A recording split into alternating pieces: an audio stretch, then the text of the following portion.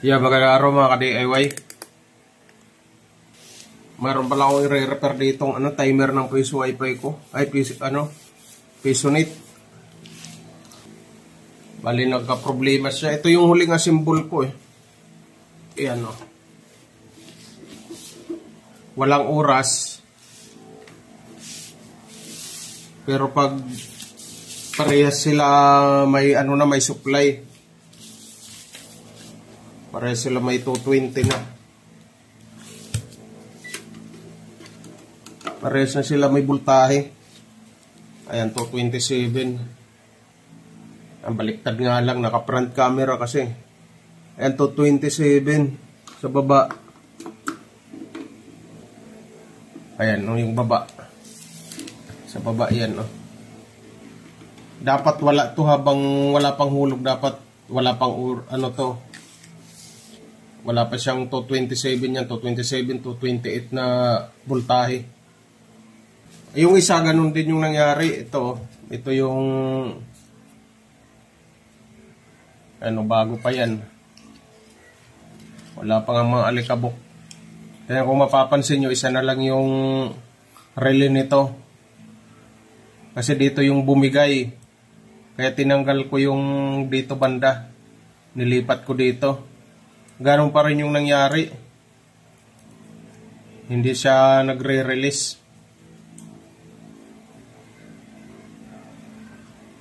Kaya ang ginawa ko dun sa isa kong timer, pinalitan ko na lang ng bago. Pero itong isa ngayon, susubukan kong palitan ng relay. Parang napapansin ko parang mahinang klase itong kulay itim. Ayan, mas maganda dati yung yung mga kulay blue.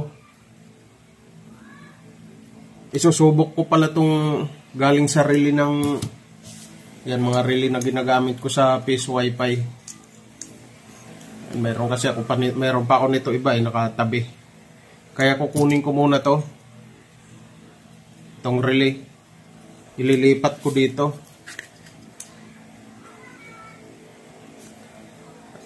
Tapos ipapalit ko na lang tong board dito sa loob. Para pag umukis siya, yung kinalas ko dito, yun din yung lalagyan ko ng bagong relay. Pares lang naman yung voltahe nito yung input. 12 volts. Kakalasin ko muna tapos ipapalit ko dun.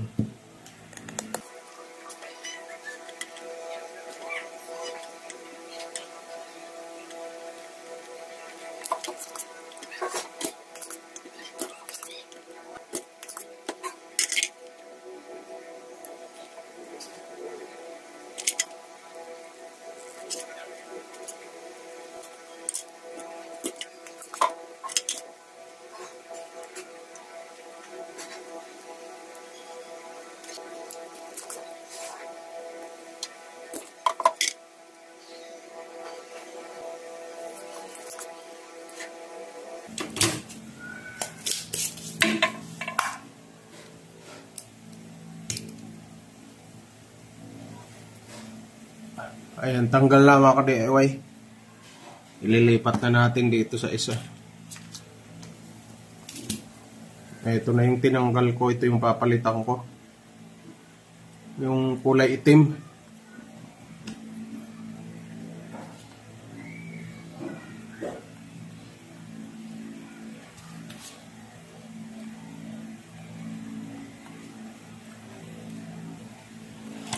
Yan, isa lang yung kakabitan ko kasi isa lang naman yung ginagamit dito. Isa lang papalitan natin.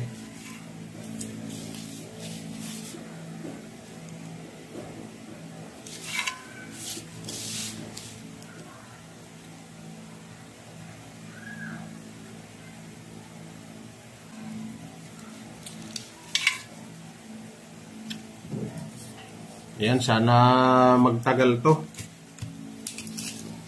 Ganito dati yung mga gamit ng Allen timer eh. Kulay blue. Iwan ko ba't nagpalit sila sa nagpalit sila nitong itim. Bilis masira.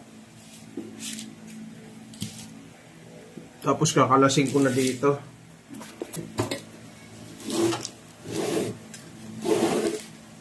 Meron din.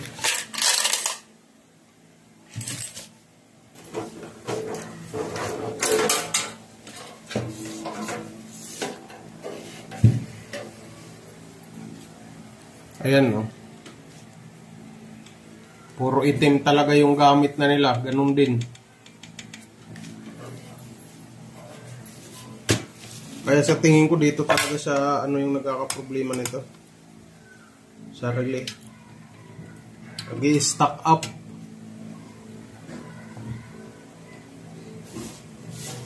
Yung normally open, nagiging normally close na eh. Kaya kahit walang hulog, may display yung monitor ng Pisonet.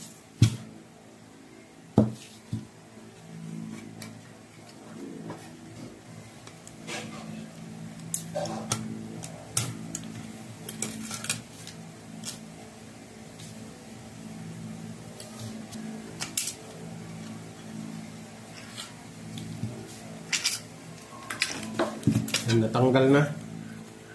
Tapos ipapalit ko tong itong napalitan ko ng relay.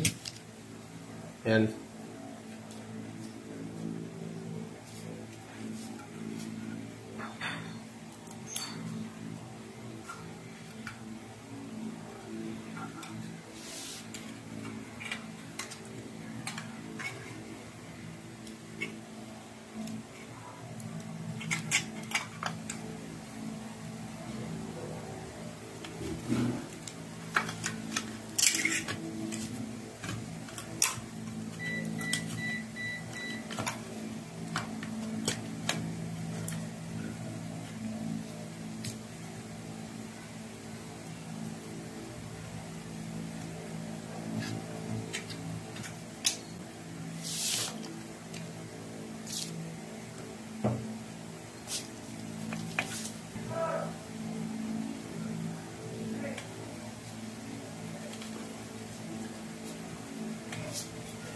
Ayan, nakabit na natin. At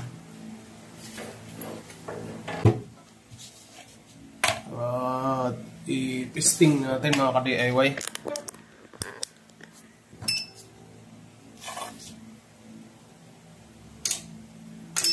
Ayan pala, nakabukas na siya. Yan, walang oras. Dapat itong baba wala pang wala pang 220, 220 to 27, ganyan. Dapat ito lang yung mayroon. Kasi dito nakasaksak yung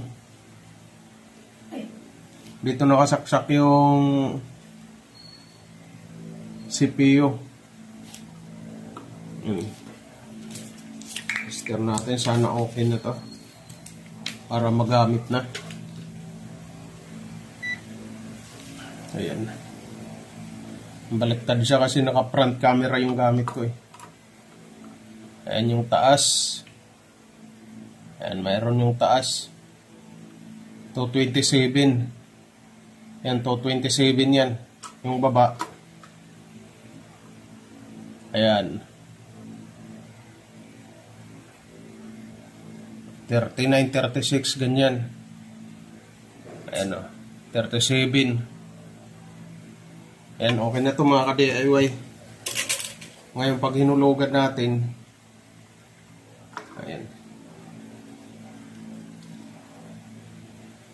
35 siya. Hulugan ko. Ayan, hulugan ko na siya ng barya. Ayan, naging 227 din siya. Ayan, ibig sabihin, okay na siya mga ka-DIY. Pwede na gamitin.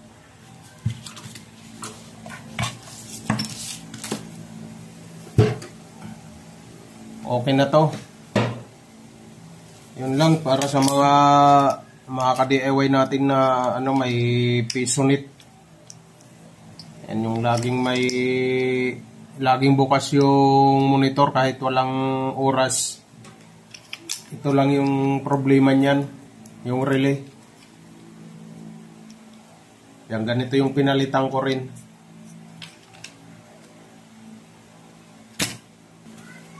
Ayan mga ka-DIY, okay na to.